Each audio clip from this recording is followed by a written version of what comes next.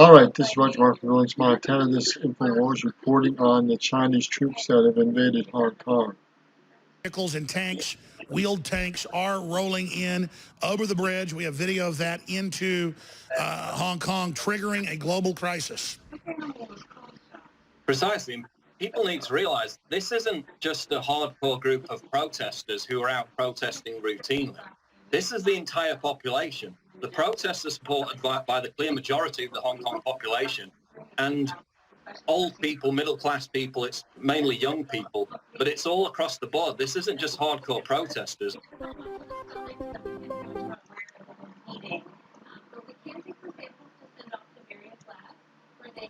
If they tell you they're not going to invade and that invasion isn't imminent, you know it's going to happen. Paul Watson was there just 24 hours ago.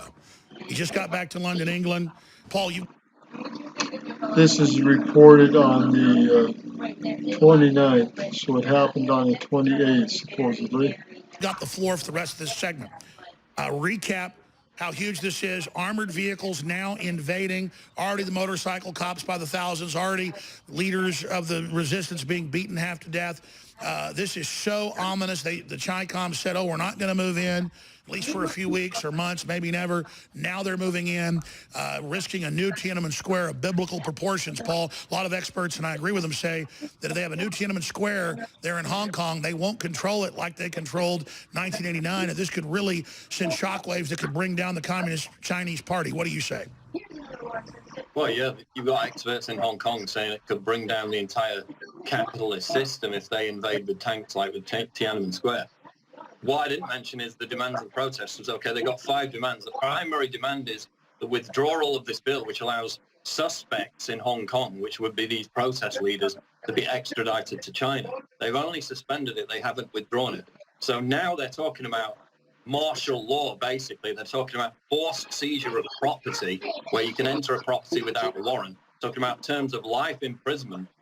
And they're talking about censoring the media, which of course means social media. That's what the media in the West has lobbied for the past 2 years, and they've got the nerve to call it out as being bad in Hong Kong. So you've got the martial law coming in.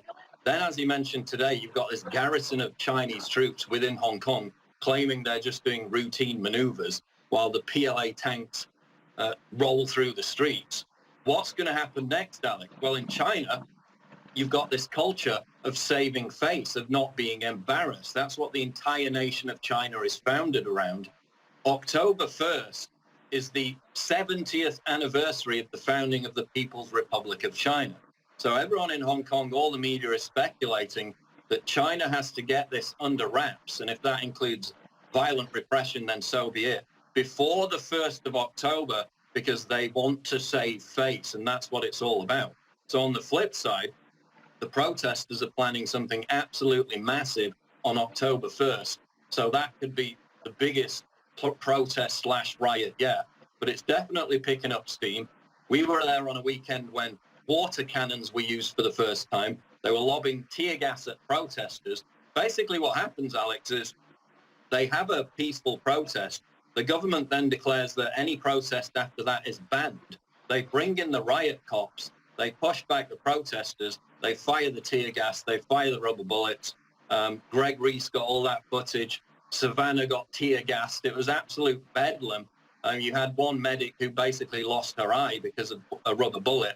And it only seems to be escalating. You got Chinese troops massing in nearby Shenzhen, which is so close to Hong Kong, you wouldn't even believe it. So it's going to kick off. It's going to be sorted one way or the other before October 1st. The Hong Kong government has said it will not bow down to any of the protesters' demands. It never has in the past.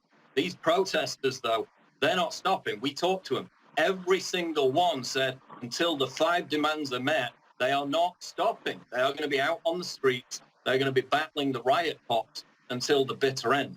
So what's coming next could be a lot worse than what we've seen already. And it's chilling to think what could happen, Alex, given that Tiananmen Square, where they literally flattened people for wanting free speech in China, was only 30 years ago.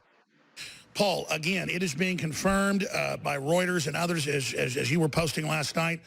Armored vehicles by the hundreds are entering. Chinese troops are entering Hong Kong right now. There have been increases in brutal attacks by masked men against demonstration leaders. It appears to be that Tiananmen Square Part 2 has already begun. They're already viciously attacking people with the motorcycle police.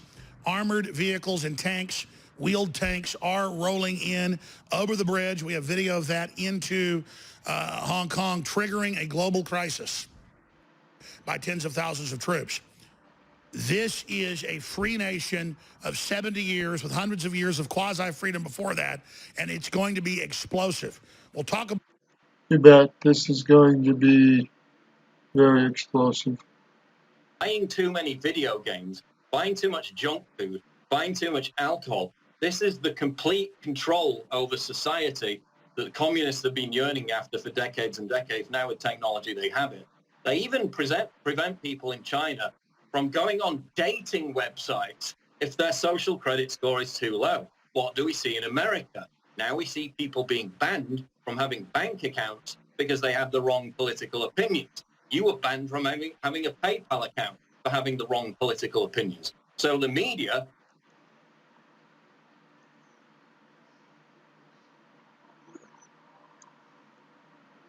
bickering in Hong Kong. The society is largely united behind the protesters.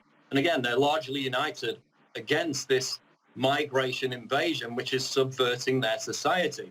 There was a quote from one protester there who said, quote, "They drain our resources from healthcare to education and are diluting our culture, making it increasingly pro-Beijing," which is what we see happening in the West with this mass migration from the Middle East and North Africa. So, Yeah, I'm going to end it here, but a major problem, and October 1st is going to be another major problem. 70 years of communist China.